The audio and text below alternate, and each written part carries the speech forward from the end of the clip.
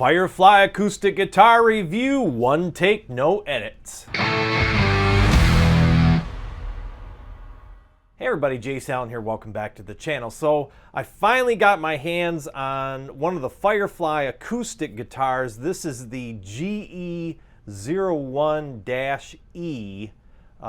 This says full-size Rosewood, back and sides acoustic guitar. It's saying that it's a solid spruce top, mahogany back and sides, so that would be laminated. It comes with a Fishman Presys preamp, bone nut, nickel strings, abalone binding, rosewood face of headstock, fretboard and bridge, and X bracing. So I got it right here, so let's check it out. I got all the microphones set up. I'm just gonna pull it out of the box, tune it up and play it, and we'll review it. So let's get going.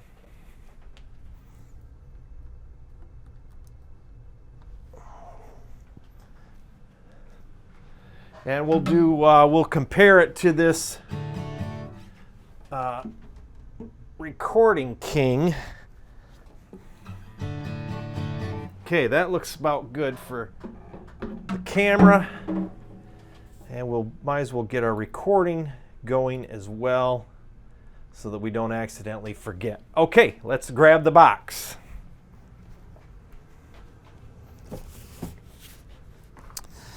All right, here it is.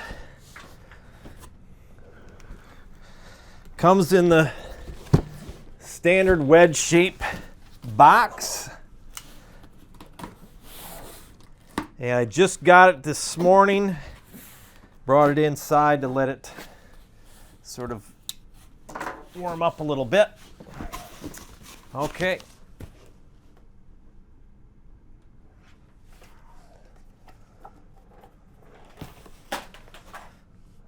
Make sure we're in focus. Okay. Okay, looks like it's a box within a box. It is, it's double boxed. So that's a good sign, if I can get it open.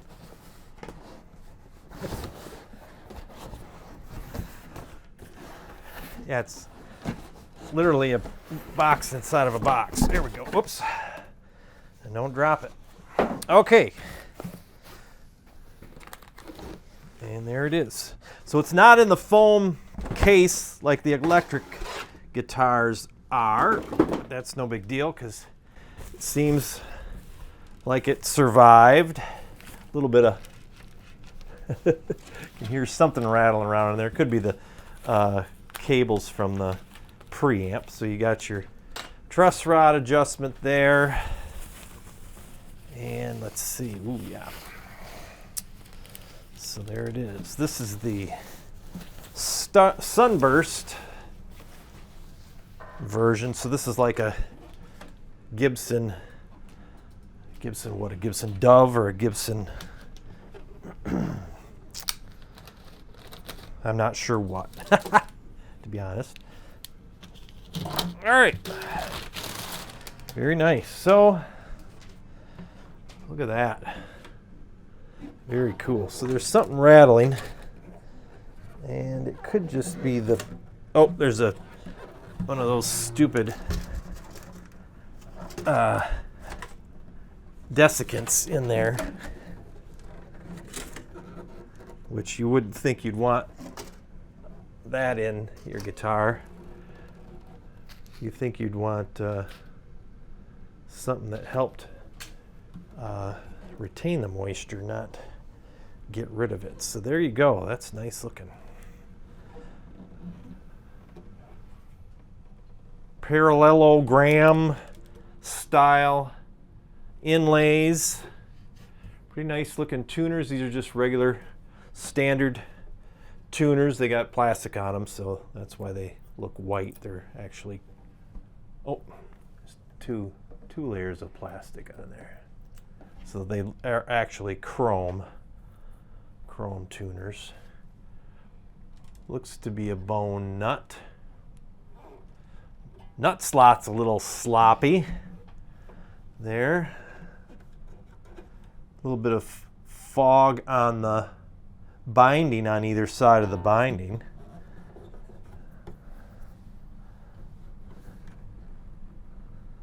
And let's see. Bridge is pretty dry looking. We'll have to oil that up. Let's see what else is going on with the fit and finish. There's a little hole right there in the edge of that fret. I think these are stainless. I didn't really say in the listing. They might not. No, I don't think they're stainless. They got that sort of coppery hue to them, but the ball, you know, they did do the ball ends on them. These are super tiny frets too. That's crazy. Binding on the fretboard, black dots on the sides. This is a 3-piece neck, so it's the heel part here is stuck on, and then there's a scarf joint in the neck there. But then the headstock is a laminate, is an overlay, so it's a rosewood overlay, and it's got pretty nice looking inlays for the logo. There's a little weird discoloration going on here above the logo. I know I said one take, no edits, but I'll throw some B-roll on so that you can actually see it. And then there's glue residue on here next to the bridge, so they were a little sloppy there. Other than that, the finish is really nice. And the binding's well done, except like I said, there's just right here, there's a couple spots where the glossy finish is kind of dull. They didn't quite shine that up. And this is a Presys II, Fishman Presys II. Well, where do you access the battery compartment? Oh, right there. Okay, so there's your battery compartment and your jack. I like guitars with a battery compartment on the outside. I've got my Eastman has the little pouch that velcros to the neck block on the inside, and it's a nightmare to try to change that out when your battery runs out, because you basically have to loosen the strings and spread them apart so you can get at it. A little bit of a bleed there. There is a cap on the heel. This is a single binding on the back, but it's a what is that, about a 5-ply binding on the top, and then the nice binding in the sound hole, the rosette. Let's see, what else can we say? That's about it. Okay, so let's tune it up and play it. And then I forgot it had the preamp in it. Let me see if it's even got the. So there's no battery. So the battery is. Let's see what the battery is. Ouch. If it's a 9-volt or a. Good grief, getting that open is. There we go. Oh, it is a 9-volt, and there's a 9-volt in here, so why isn't it working?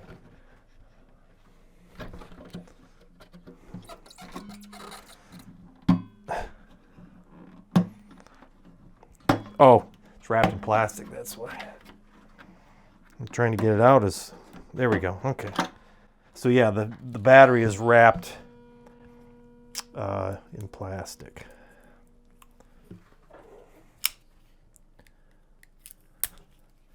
So we'll try to use the tuner on board and see how well that works. So let's see. And it's got a nice little diagram in the opening there, so you know which way to put this battery.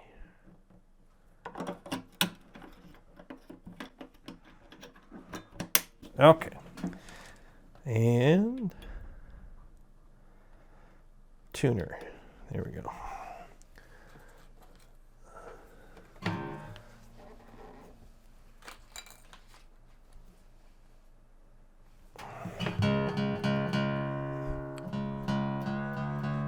It's nice looking little display for the tuner there.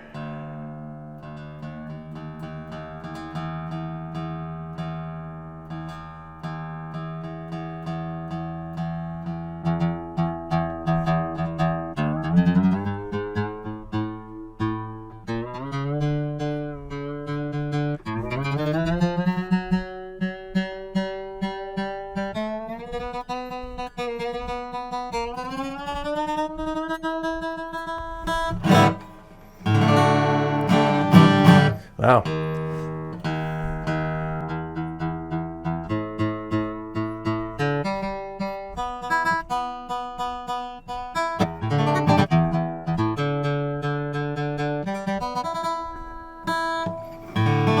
There we go.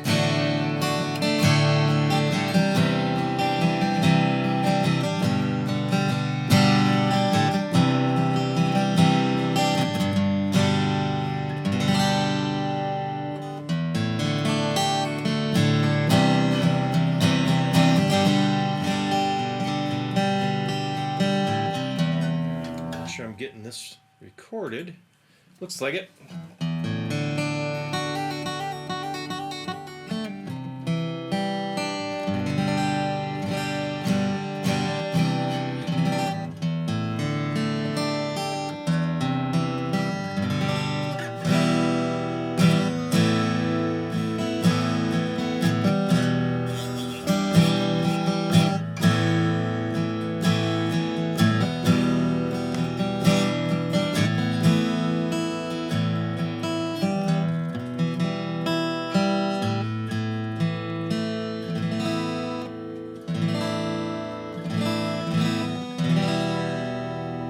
Yeah, sounds pretty darn good for, what was this thing, $249, I think? $249.91. So not bad at all. I mean, that's, you know, aside from the little minor fit and finish issues, the action on it is absolutely perfect. Neck is perfectly straight. I'm assuming the, let me put that clip-on tuner. The clip-on tuners are so much easier to see than these. You're looking down on it, and when you're blind like me, you can't see the up close. So,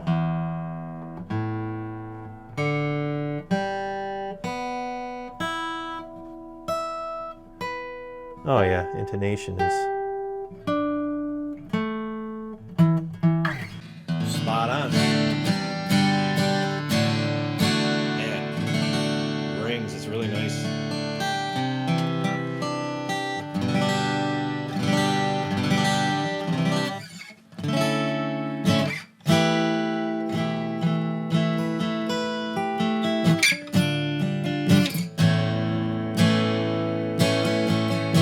Wow. Very cool, very cool. All right, let's plug it in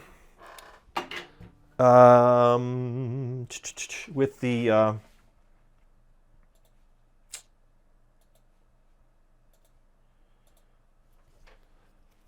into the audio interface here with the preamp.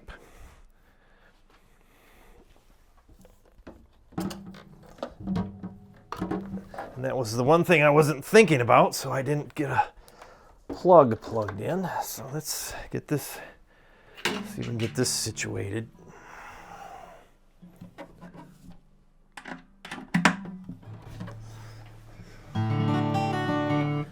Okay, let's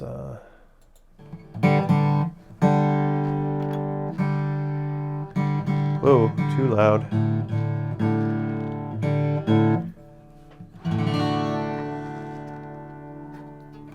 So let me turn the monitors up.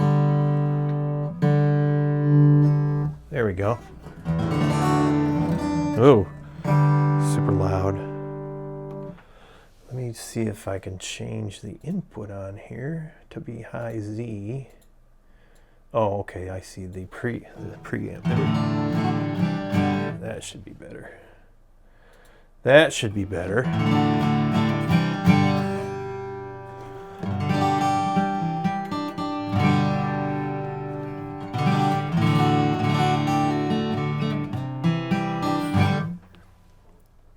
if I can get that so I can actually hear it. Okay, let's record that as well. So then we'll, there we go. So it sounds kind of like it's your typical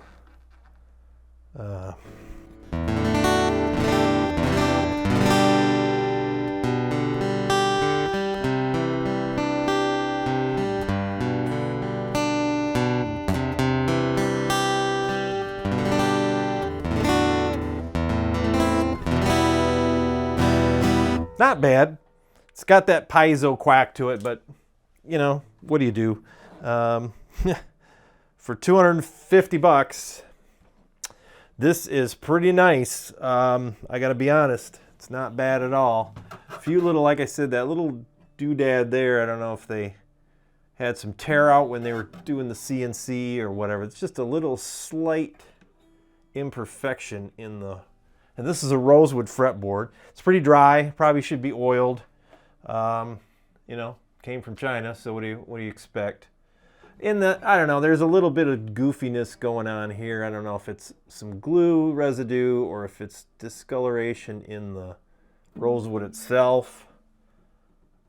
Maybe a swirl in the grain. It's kind of goofy looking. But yeah, other than that, it's really, really nice looking. So, I mean, you couldn't go wrong with this for, you know, definitely for a beginner player, because like I said, the action on it is absolutely perfect. And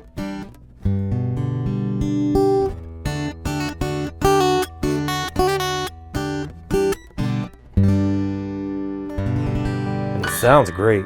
It sounds really good. So yeah, not disappointed at all. Very well done. Again, I don't know how they do it. How they make these things so inexpensive. You wouldn't expect them to be even half as good as they are for that price point. But anyway, there you go. That's it. This is the what is this thing again? This is the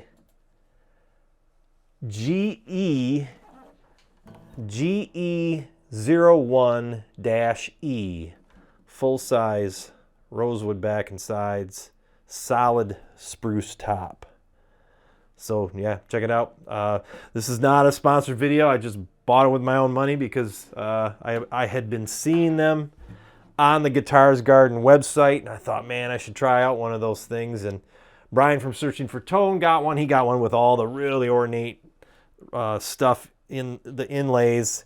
I'm not a big fan of that style, so this thing popped up, and I'm like, oh man, that looks kind of like the Gibson Hummingbird or Dove or whatever model that is. I don't know all my models, so some people are really into that, so they'll correct me, I'm sure. But yeah, this is a nice looking guitar. So anyway, there you go. That's my one take, no edit review on the Firefly acoustic guitar. So thanks for tuning in, everybody. We'll see you next time.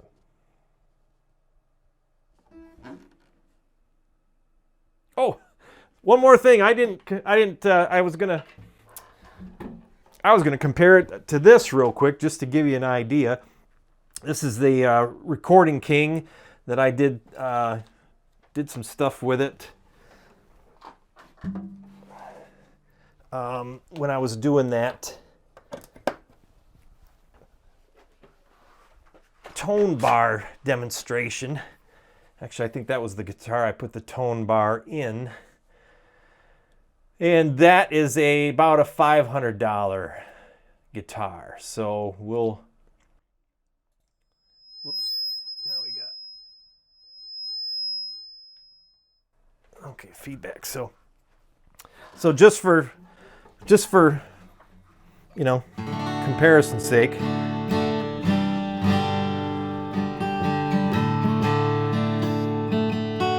oops, I got to record so you can actually hear it when it's done, and do the set my levels so you can actually hear it.